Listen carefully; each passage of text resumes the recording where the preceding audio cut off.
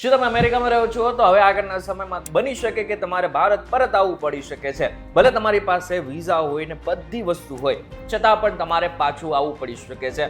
કારણ કે અમેરિકન સરકારે 3 એવા મોટા નિર્ણય લઈ લીધા છે કે જેને જ કારણે હવે આગળના સમયમાં જો તમે ત્યાં કામ કરતા હોય, રહેતા હોય કે પછી કંઈ પણ કરતા હોય તમારે પાછું આવવું પડી શકે છે.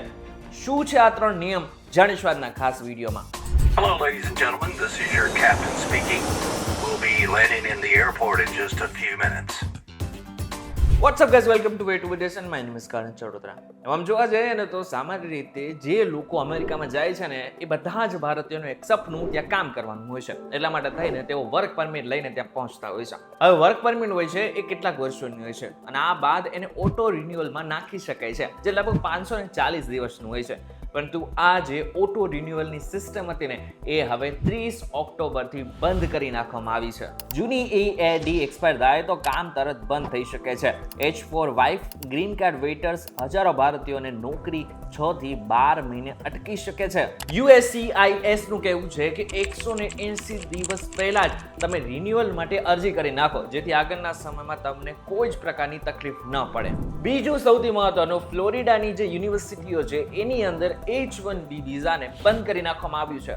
ગવર્નર રોન ડિસેન્ટિસે 29 ઓક્ટોબરે 12 પબ્લિક યુનિવર્સિટીમાં H1B ની નવી ભરતી બંધ કરી નાખી છે. હાલ 400+ વિદેશી કામ કરે છે જેમાં 70% ભારતીયો છે. ચીનથી પ્રોફેસર, સ્પેનથી સ્વિમ કોચ, બધાની નવી નોકરીઓ બંધ થઈ શકે છે. અને તમને જણાવી દઉં કે મોટાભાગના એશિયન કન્ટ્રીને કોઈ જ વાંધો નથી આવવાનો, પરંતુ માત્ર ને માત્ર ભારતીયોને આનું નુકસાન સહન કરવું પડી શકે છે. કારણ કે 70% જે લોકો ત્યાં ભણવા માટે જાય છે, ખાસ કરીને ફ્લોરિડાની યુનિવર્સિટીમાં જાય છે, એ 70% માત્ર ને માત્ર ભારતીયો હોય છે.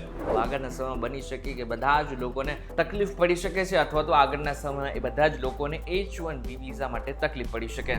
ત્રીજું, જેડી વેન્સની મોટી વાત. 29 ઓક્ટોબરે ઓલે મિસ યુનિવર્સિટીમાં જેડી વેન્સે કહ્યું કે કાયદેસર ઇમિગ્રન્ટ્સની સંખ્યા ઘણી ઘટાડીશું, અત્યાર કરતાં ઘણી ઓછી. અને જો આવું થશે તો આગળના સમયમાં બની શકે કે જે ભારતીયોને અત્યારે વિઝા મળી રહ્યા છે બધા જ લોકોને વિઝા ન મળે, ગ્રીન કાર્ડ ન મળે અને આગળના સમયમાં બની શકે કે મોટા ફેરફારો આગળના સમયમાં ભારતીયો માટે આવી શકે. આ ત્રણેયની સીધી અસર ભારતીયો પર થશે. H1B વિઝા ઉપર 70% ભારતીયો છે. યુનિવર્સિટીમાં આનાથી જોબ પણ બંધ થઈ શકે છે. H4 EAD વાઇફની નોકરીઓ અટકી શકે છે. ગ્રીન કાર્ડ વેઇટ 150+ વર્ષથી વધુ થઈ શકે છે. સપ્ટેમ્બરમાં H1B વિઝા ફી $1 લાખ થઈ ગઈ છે અને આની સાથે આગળના સમયમાં હજુ પણ વધુ તકલીફો પડી શકે છે. હવે આનાથી બચવા માટે આપણે શું કરી શકીએ છીએ એના 5 સ્ટેપ છે. જો આ 5 સ્ટેપને સમજી લેશો તો આગળના સમયમાં તમને તકલીફો નહીં પડે એ વાતની ગેરંટી તો છે જ. પહેલો સ્ટેપ, EAD 180 દિવસ પહેલા જ રિન્યુ કરો. ખાસ કરીને બીજું સ્ટેપ મહત્વનું છે, H1B વિઝા વાળા ફ્લોરિડાની બહાર જોબ શોધી શકે છે.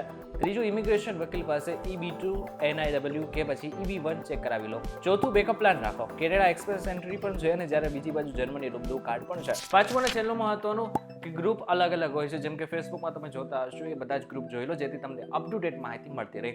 ત્યારે હવે બધી જ માહિતી મેં તમને આપી દીધી છે, પરંતુ આનાથી ડરવાની કોઈ જ જરૂર નથી. તમે આરામથી તે બેસીને ખૂબ સારું કામ કરી રહ્યા હશો, પરંતુ એનાથી ડરવાને બદલે હવે આગળના સમયમાં જે ચેતવણી મળેલી છે એને કેવી રીતના સોલ્વ કરી એના ઉપર વધારે ધ્યાન આપવું પડશે. ત્યારે આ બાબતે લઈને તમારું શું કહેવું છે મને જરા કોમેન્ટ કરીને ચોક્કસથી કહેજો. વિડીયો થકી જો તમને કોઈ ઇન્ફોર્મેશન મળે તો વિડીયો લાઈક અને શેર જરૂરથી કરજો. તો આ જ ઇન્ફોર્મેટિવ વિડીયોઝ માટે VTV ડિજિટલ સાથે જોડાયેલા રહેજો.